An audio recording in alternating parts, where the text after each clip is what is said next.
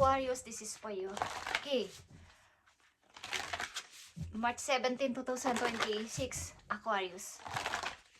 Para sa iyo ang reading na to today, guys. At ito ay mahalaga. Okay, Aquarius. Ano man ang inyong kalagayan sa buhay, para to sa iyo. Para to sa mga Aquarius. Okay, Aquarius. Andito ang universe. At ito ay we're all just stardust, guys. Okay. Universe.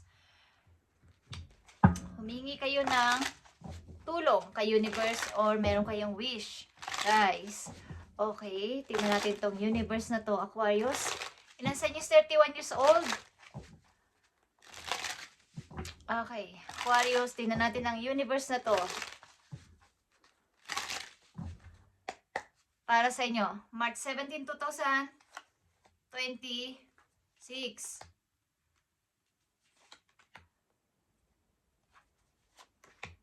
Ito ay napakagandang message para sa iyo. Aquarius, planong gawin.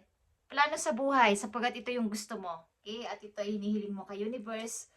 Okay? Ten of Pentacles, long-term relationship. Gusto mo? Long-term relationship na sasabihin mong pang forever. Pagpaplano na magkaroon ng mas magandang trabaho. Okay? Planong paglipat ng trabaho sa magandang place. Kasamang yung mahal. Okay? Revert something. Pagpili sa bagong path ng buhay. At maring ito sa ibang bansa. And the Hangman. Pag-observe. Pag-observe, pagre-research, something na mga bago, something new sa buhay mo ay gusto mo, sa madaling salita. At unang-una dito yung long-term relationship para sa iyong minamahal na to, okay? Maring ito rin ay nasa malayong lugar. Maring kayo ay mayroong pipiliing lugar na gusto nyo yung medyo malayo at matutupad nyo ang inyong gusto doon. Maring ito ay new path ng buhay, something reverse sa buhay mo, parang yung ibang area sa part mo is gusto mo, kumbaga, gusto mo nang i-forget. Gusto mong kalimutan at magsimula ng bago. Aquarius. Tingnan natin tong universe na to sa inyong career o sa inyong money. About sa message mong universe, andito ang perfections at ito ay wisdom. Okay, guys. You can't move forward if you don't conquer that fear or failure. Okay. So, sa yung plano na to sa buhay na to, itong ini-wish mo, pinaplano mo na to, hindi to matutuloy-tuloy kapag ikaw ay natatakot na baka hindi ako magtagumpay, baka magkamali ako. So, kailangan mo dito ng masusing a-analyze sa lahat mong gusto. Give up your imperfectionism. It's causing delays in your finances. Okay. So, ikaw siguro yung taong may pagka-logic nga talaga. Ang mga Aquarius. At masyadong parang gusto mo laging perfect or laging perfecto ang lahat ng bagay. Kumbaga sa kunwari yung pagluluto, okay? O paghuhugas. Sinabi na ng kasamahan mo na nahugasan na. Pero hindi ka naniniwala. Alam mo nahugasan na, pero talagang gusto mo pang i-check or hugasan ulit. Okay, yun ang example doon. So, ikaw ay perfectionist na tao. Okay? Sa mga Aquarius na nandito. So, itong wish mo na to, kaya ito nandito ang Ten of Pentacles. Gusto mo yung the best. Kung iibig ka man yun ng pang long term, hindi basta-basta, pling-pling lang or pa loko-loko lang. Gusto mo yung pang matagalan na talaga. At kaya, ang ilan sa inyong Aquarius na nandito ay matagal na single o laging nahihiwalay sa inyong kapartner because gusto mo perfect.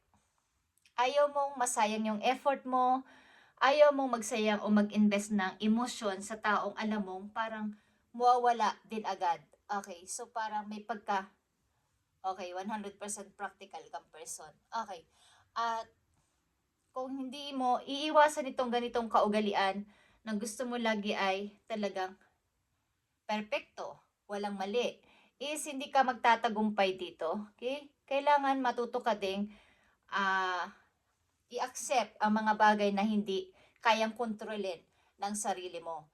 At kung hindi ka man agad-agad magtagumpay, talagang ganun ang buhay. Okay? Kailangan munang ang isang bagay ay magkaroon ng pagkakamali at matuto bago maging perfect or talagang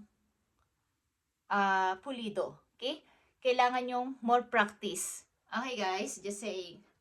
So, sa mga Aquarius na nandito is gusto mong sa pagre-revert something pagbabagong buhay mo is yun ang tipong pinag-isipan mong mabuti at hindi na ka magsasayang ng panahon o oras dito at saka effort something sa mga gagawin mo na to. Kumbaga ay talagang final na to at gusto mo yung pangmatagalan. Hindi basta-basta na baka mawala na naman, sayang na naman, mag-uumpisa na naman ako, okay? So, andito yung something na pag ninilay-nilay nyo. Kayo ay nasa long distance relationship, ilan sa inyo dito?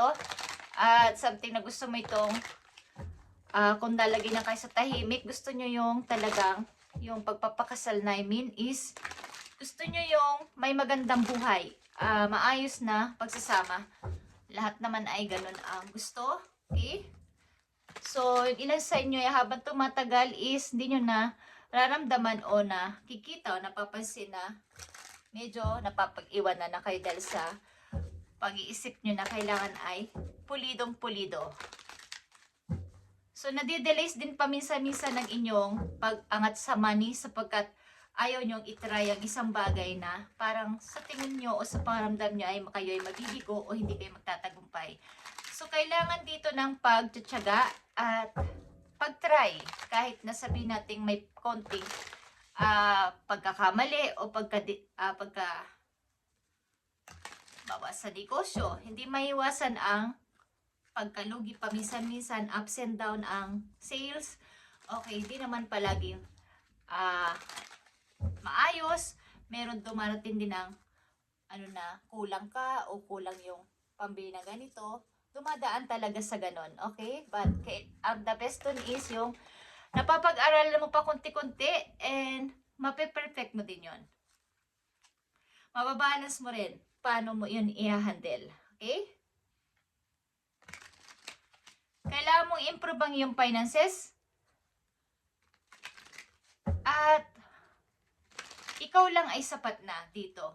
Kailangan mo lang dito ay huwag mong masyadong isipin na kailangan ay pulidong-pulido. Hindi masama ang pag-iisip ng ganon, yung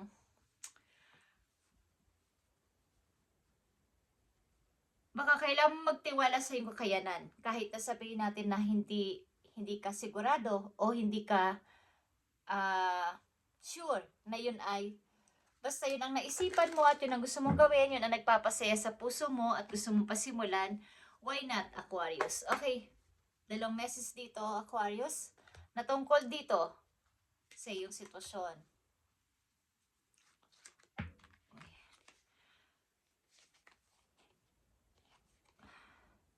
So, nandito ulit ang hangman. Okay, or the hangwan. Okay, guys. So, ikaw ay palutang-lutang, nag-iisip-isip, nag-observe, nag-aaral, something.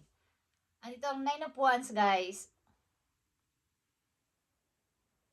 Mahilig kang mag-research something sa mga bagay-bagay na alam mong parang baka mali. Okay? Baka magkaroon ako ng problema dito. So, ikaw ay nag-o-observe. Maaring sa inyo nakaraan, marami kayong na-try na parang may mga delays sapagkat may mga tao nagbibigay sa inyo ng problema o ng pagka-delays ng inyong mga plano sa buhay. So, ikaw ay takot ng magtiwala o takot kang magpapasok ng mga tao sa buhay mo. Gusto mong pag sisimula mo ng bago dito sa iyong sarili ay medyo parang malayo sa iba. Okay? At gusto mo yung tao na pangmatagalan.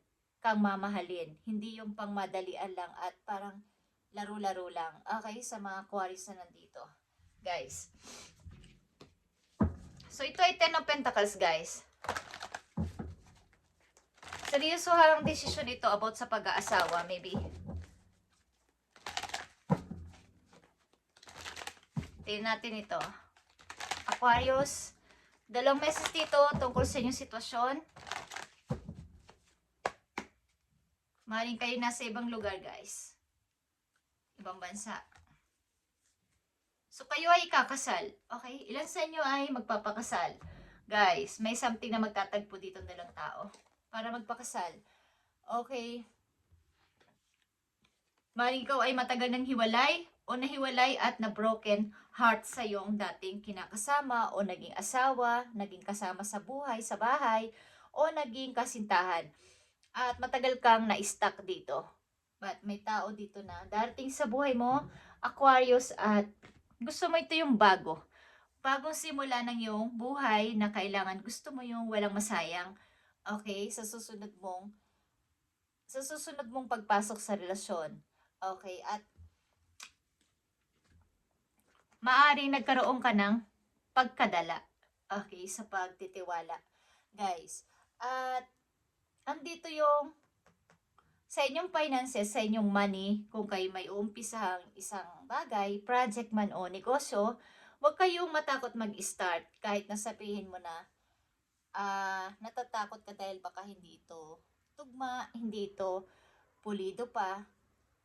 Sasaan at sasaan ba na more practice is magiging matututo kasi yung pagkakamali. Okay? So, kung ups and down ang dating ng money, at least na-try mo. Okay, Aquarius? Thank you and God bless sa inyo lahat, guys. At ito ang inyong message ngayong March 17, 2026. Thank you and God bless, Aquarius.